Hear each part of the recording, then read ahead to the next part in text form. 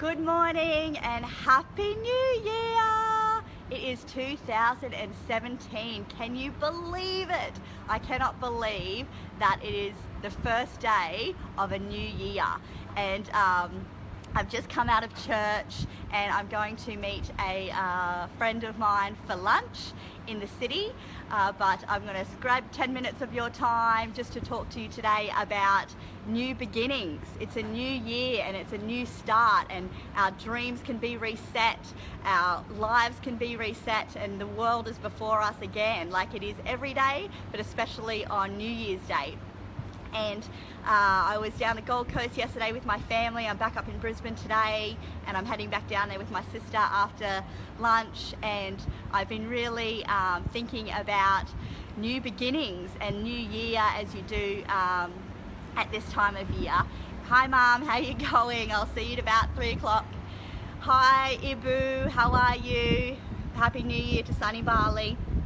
It's a bit windy here, so mind the unbrushed beach hair. So I was thinking about beginnings and new beginnings from a religious point of view, and I've just come out of church again where we talked about new beginnings. And as a Christian, we believe that in Genesis God created the world.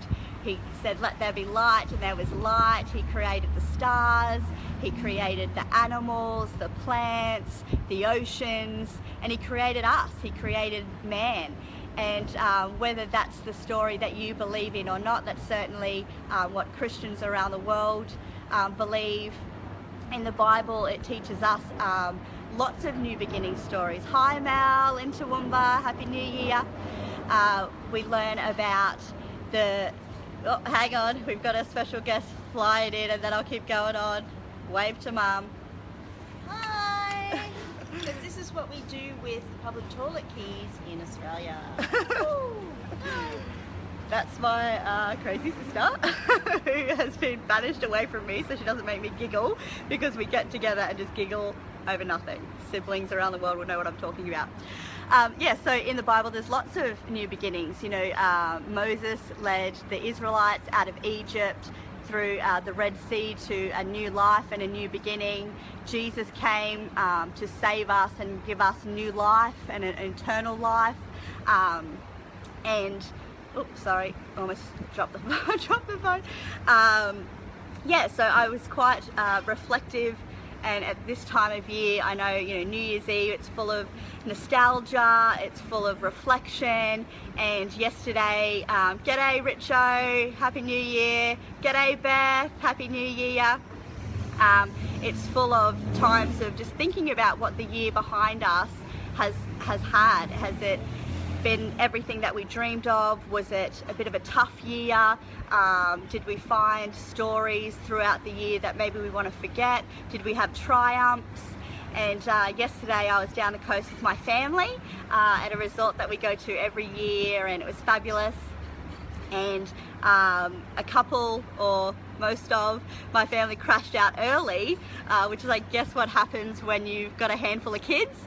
But at 11 o'clock I thought, I don't want to go to bed. I don't want to be asleep, cuddled up at midnight, because this was quite a year for me. It was quite an interesting year. G'day Beck, Happy New Year. So I took myself down to the beach by myself, and I was stood on the beach at Southport Surf Club, and I watched the fireworks. And I've been on my own quite a lot this year, which is different for me because I'm normally surrounded by people and surrounded by family and loved ones. And as the explosion of colour came alive on the beach at Southport, there was a great atmosphere. The band was playing, Old Lang Syne was playing, and I was just thinking, wow, what has happened to Therese in 2016, and with the loud noise and the party atmosphere and the beautiful fireworks, which always touched my heart. It humbled me because this explosion of colour made me think about the journey that I've been on in 2016, and how, you know, maybe that's what it was like in the beginning. Maybe when God was creating the earth and the people and the inhabitants of that, you know, that explosion of color. Anybody been snorkeling or diving, you know, the colors under the sea, you know, the colors of a giraffe, the colors of the flowers, the colors of the oceans throughout the world. You know, I wonder if it was like that. I wonder if that was, you know, a New Year's Eve moment for God to see this amazing creation of his, you know. And I've certainly got new beginnings ahead of me. I was sat living in Brisbane this time last year, and I wasn't that happy. I was very lost in my career. I was very concerned about what my future held.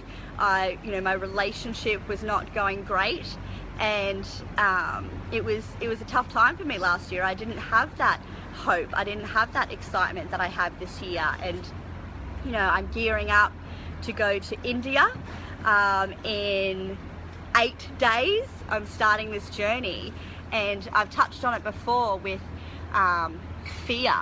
So whilst it's very exciting and I've got loads going on, you know, it's scary. It's scary to travel the world on your own. It's scary to have change in your life. And whilst new beginnings are amazing, you know, maybe the Israelites, as they were crossing the Red Sea and into, you know, what they wanted to be the promised land, they were scared. You know, they were scared of this new beginning, even though that's what they wanted and that's what God had offered them. And this fear can sometimes cloud us from the excitement of a new beginning, you know. And when I was thinking about my trip and what's coming up, I was thinking about Hinduism and what I'm going to learn about Hinduism and Islam and Sikhism whilst I'm in India, which is my purpose to go there. And in the Hindu faith and Buddhism and Jainism and other faiths, they believe in reincarnation. So it's not something that's aligned with my faith. It's not something that is part of the Christian story, but I quite like it. I quite like the sentiment of the soul going on this cyclic karmic journey to be better every time. And maybe, you know, that is an explosion of color. You know, you start in one life form and you might come back as a flamingo. I'd love to be a flamingo, or, you know, a different person, or just a different creature on God's earth. And that's something that is exciting me about going to India, and I'm really looking forward to learning about the new beginnings of all the religions and cultures that I'm going to explore. So, you know, back to being on the Gold Coast, sitting on that beach, watching this beautiful beach spectacle before me, I was humbled and I was reflective, because 2016 brought new people into my life who I adore. It brought me a new career, and that's where I'm going. It made me reassess what's important to me in life. So even though it was a tough and challenging year, it was fabulous. And going into 2017, you know, what is it that you want? What new beginning are you in search for? What do you want to leave behind? You know, are you looking at 2016 saying, thank goodness that is over?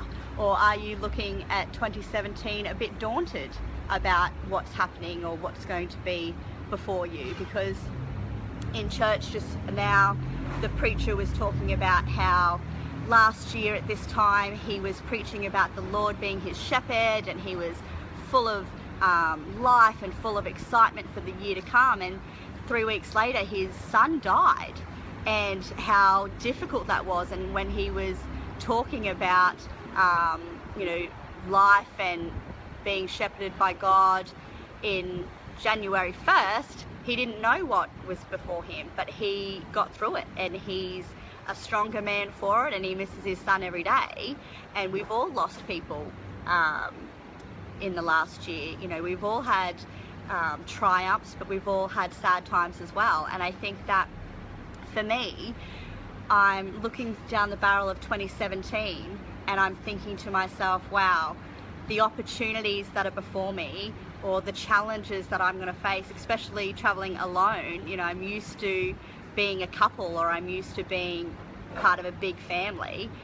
I'm going to embrace that, and I'm not going to be fearful, and I'm going to trust in God, because I know that whatever life throws at me, through Him I will be safe, and through Him I will be guided. And I want to share that with you this morning, because I really truly believe that in this life ahead of us, we are protected. So be brave. Don't be frightened. Don't be daunted. You know, there's lots of things that will happen to you, but you know, it'll be all right.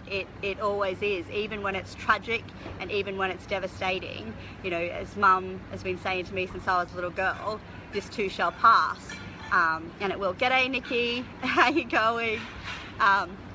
Yeah, so, you know, another thing, I'm just going to plug my Just Giving page, I'm daunted about is I'm jumping out of an aeroplane on the 7th of January to help raise funds for the people of Aleppo, because they have new beginnings ahead of us. And whilst they've been through tragic and horrible circumstances this year, there is people around the world looking to help them and looking to protect them.